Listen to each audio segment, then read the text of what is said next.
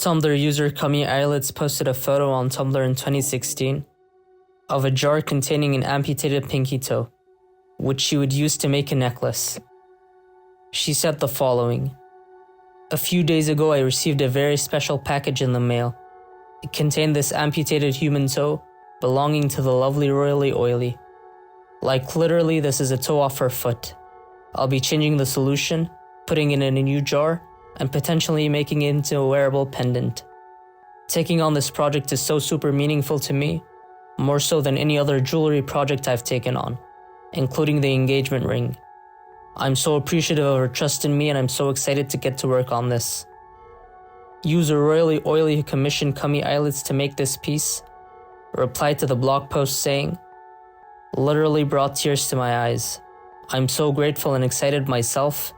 Not only do I absolutely trust your artistic experience, but I also feel my body part, yes, an actual piece of me, could not be in more capable hands. I know you will respect and care for my little piggy. I appreciate this more than you'll ever really know."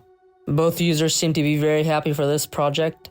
However, other users reacted very differently, pointing out how weird the whole thing was. User Kami Eyelids spoke to BuzzFeed News to clear up misconceptions.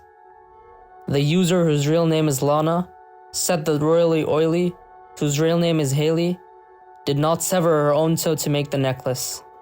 Haley had her toe amputated in 2011 for medical reasons, which she kept preserved in the jar, up until she sent it to Lana. Lana is an artist who posts her work on Tumblr. She states that she usually works with wet specimens, bones and skulls, and that she also makes jewelry out of copper and silver. This project is a way for her to combine all her skills. Lana then started receiving questions on her blog regarding the project, which she eagerly answered. This YouTube channel by the name of Noah Martin shows a man presumably named Jack who gets surgery performed on him, which he claims is a way to treat Morgellons disease, which he seems to suffer from. The videos on the channel mainly follow the same premise. Jack's family begin to cut off pieces of his skin, which he believes are infested with worms or parasites, using scalpels and nail clippers under no anesthesia. According to the videos and their descriptions, Jack believes that Morgellons disease comes from chemtrails, aluminum, and bioengineered organisms, and that 80% of the population will test positive for it. Jack also claims that the Morgellons lesions must be cut out using no anesthesia, and that this is a government conspiracy to depopulate the planet. Morgellons disease is a condition characterized by a belief that parasites or fibers are coming out and crawling onto the skin. Doctors agree that it falls under the umbrella of delusional parasitosis, which is a mental disorder in which people believe they are infested with parasites when no such infestation is present. It is clear in the videos that none of the cut-off pieces of skin have any worms or parasites on them. However, Jack's family either seem to be taking advantage of his disorder or supporting his delusions by performing these surgeries, with no regards for his well-being. A user posted to Ask Reddit, asking users, "What's the most shameful thing you've fapped to?" A user by the name of backrowcreeper replied with this: "I keep a folder on my computer called Pictures of Dead Girls. It's not what you think, but it's still terrible. Whenever I read a news story about a girl getting murdered, I check for photos to see if she's hot. If she is, I download her pics and add it to my folder. It's not the girl's beauty that gets me off, even though they usually are beautiful. It's the twisted thrill of realizing that she's more or less forgotten, except perhaps by the most aggrieved friends and family members. And even then, they have to ease up on thinking about her constantly, if they even hope to move on with their lives. She's remembered less and less by acquaintances, friends, mentors, anyone whose lives she's touched. At the moment I'm touching myself to her, I'm one of the only people in the world still thinking about her. And yet, as I dredge her memory out of the darkness, it's not to venerate her or celebrate her life. It's to desecrate her, sexually dominate her, make the whole affair some perverse monument to the fear and desperation she must have felt right before it ended. And then I hard. Watch People Die was a subreddit where users could watch and discuss videos of people dying in various graphic ways. The subreddit was created in 2013 and had amassed over 190,000 subscribers before it was shut down in 2018. Many of the users claimed that they visited the subreddit for a reality check as a way to remind them of the fragility of life. While some out of curiosity, others have also claimed it helped them rethink taking their own life. However, a question on Ask Reddit showed that some people visited the subreddit for other twisted reasons. A user posted to Ask Reddit asking, "Which are the most weird, uneasy, or creepy account you know on Reddit?" A user answered with, "Tejmar, the moderator of the Watch People Die subreddit," stating that he does not know whether he's morbidly curious or a straight-up serial killer. User Tejmar replied, stating that he works in forensics, so dealing with death is an everyday thing for him. The user then followed up by asking him if he'd ever met some crazy people while learning the subreddit. User Tejmar then posted a screenshot of a user that would make some extremely disturbing posts and comments on the Watch People Die subreddit. And each time he'd get banned, he'd just make a new account and do the same thing, repeating this process over a dozen times.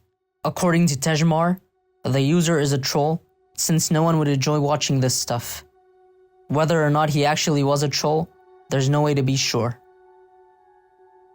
On December 17, 2015, Tumblr user Postel Perver called out another Tumblr user Little Monster, claiming that they were stealing human bones from cemeteries in Louisiana, and asked other blogs to spread the word. Another user No Path Followed replied with a screenshot of a Facebook post published by Ender Darling, who is identified as user Little Monster on the Queer Rich Collective group. This is what Ender's post said. "About 20 minutes from my house in New Orleans is what we call the poor man's graveyard. Most graveyards around here are full of above-ground graves because we live in a fishbowl. But there happens to be a graveyard where it's all in-ground graves, for those of us who are too poor to afford above-ground burial. When it rains, of course bones wash up. The older the grave, the more you find. You can literally walk around and see femurs, teeth, jaws, skull caps, etc., etc. This is where I go to find my human bones for curse work and general spells that require bones. I find human bones are easier for work with for me rather than animal bone. I can relate and work with the energy they carry if that makes any sense. Anyways, I wanted to see if I started selling, basically cover shipping to wherever you happen to be, if people would be interested. I know human bones aren't easy to come by, and I usually have leftovers. I only go once a month or when it rains here." As No Path Followed's post began to go viral on Tumblr, users began making and sharing several memes on the matter. Several other users were enraged with the news for various reasons.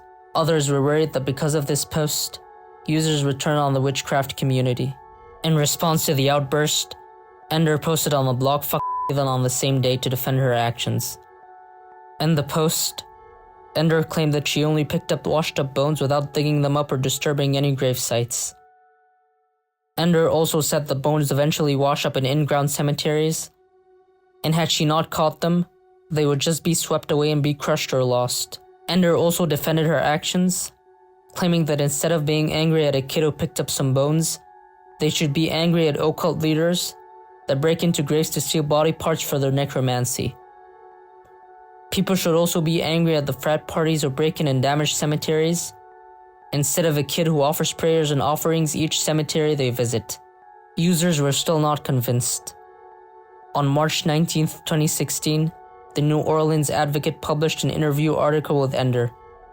In the interview, Ender revealed that on January of the same year, police raided and searched her home, where they discovered at least 11 bones and 4 teeth. Investigators also subpoenaed all correspondence from Ender's Facebook account, containing more than 12,000 pages of information, suggesting that Ender had been obtaining bones from graveyards since as early as November 16, 2015. Chip Chan is a middle-aged Korean woman that was first discovered in an open source webcam thread on 4chan in 2008. She gained attention due to her unusual sleeping positions and her abnormally long sleeping times. An anonymous user found her WordPress blog, as well as other blogs written by her. In the blogs, Chip Chan claims to have been implanted by a mind control weapon near her ankle, and one under her left eyebrow. She has webcams set up throughout her apartment, which she uses to livestream on various sites, which she has been doing for over a decade. In the streams, she explains her situation. According to her, she is being stalked by a corrupt police officer known only as P, who is keeping her hostage inside her apartment, using a very chip implant, which she claims he uses to track her and make her fall unconscious at his will as the operator. She also claims that she does not try to contact the police due to the corrupt police officer P. Chip Chan explains that P is after the large inheritance left behind by her late parents, which is why he's doing this. Chip Chan also has a YouTube channel where she uploads regularly under the title Mind Control Weapon. On her YouTube channel, she posts videos of rashes and scabs on her skin, which she claims is done by P, to torture her using the mind control weapon. She also claims that the police is after her and are using the mind control weapon to torture and humiliate her. It is quite obvious, given the facts, that Chip Chan is suffering from some sort of undiagnosed mental illness, likely paranoid schizophrenia. It is unadvised for anyone outside mental health professionals, social workers, or a close circle of family and friends to contact and try to help her, since it may cause more harm than good.